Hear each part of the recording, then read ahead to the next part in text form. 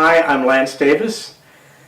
At Parson's Notes, we take plays from 100 to 400 years ago. We haven't done the Romans and the Greeks yet. And we do them in 1-hour versions so that audiences get to know the characters and the plots and the thoughts and the spirit of these great playwrights. Not just Shakespeare, but Goldoni and Moliere and the others.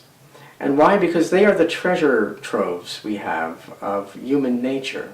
We get to look back and bridge with another century and realize that the same things that they were going through are what we're going through today. And we realize we take some comfort in that, I think. The greatest writer we know, is Shakespeare, the greatest treasure trove of psychology and human nature. And in Henry V, he takes a wastrel, dissolute young prince and suddenly makes him the king. And he has to rise to that responsibility. And of course he does so, and becomes a great king. And of course the Elizabethans, especially Elizabeth, love this. And in this speech he goes, it's called the ceremony speech. And he walks out among his men at night, the night before battle, and he's scared too. And he listens to their conversation. They don't know it's him. And he can tell from what they're saying and what they're thinking that they see royalty as something quite different. And they really have little understanding of the responsibility that goes with it. And it's sort of the prince and the pauper. Would they could trade positions, perhaps. And it's a wonderful insight not only for kings and queens, if you happen to be one, but also for heads of corporations, or for the heads of families, or for the head of a brownie troupe, or a vestry, or a teacher in a classroom. So I hope you enjoy the ceremony speech from Henry V.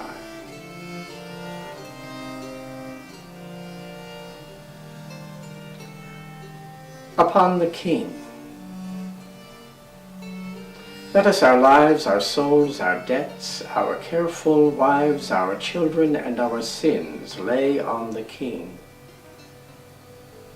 We must bear all. O hard condition, twin-born with greatness, subject to the breath of every fool whose sense no more can feel than his own ringing. What infinite heart's ease must kings neglect that private men enjoy? And what have kings that privates have not too, save ceremony, save general ceremony? And what art thou, thou idle ceremony? What kind of God art thou that sufferest more of mortal griefs than do thy worshippers? Art thou aught else but place, degree, and form, creating awe and fear in other men, wherein thou art less happy being feared than they in fearing? What drink'st thou oft instead of homage sweet, but poisoned flattery? O be sick, great greatness, and bid thy ceremony give thee cure. Think'st thou the fiery fever will go out with titles blown from adulation? Canst thou, when thou command'st the beggar's knee, command the health of it?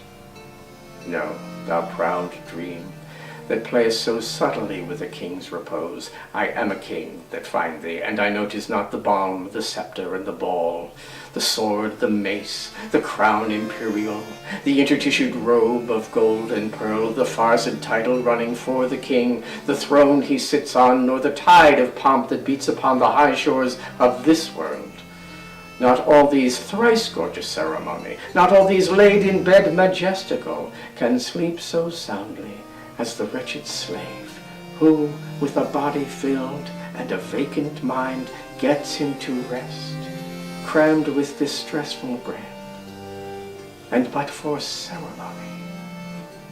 Such a wretch, winding up days with toil and nights with sleep, had the far hand and vantage of a king.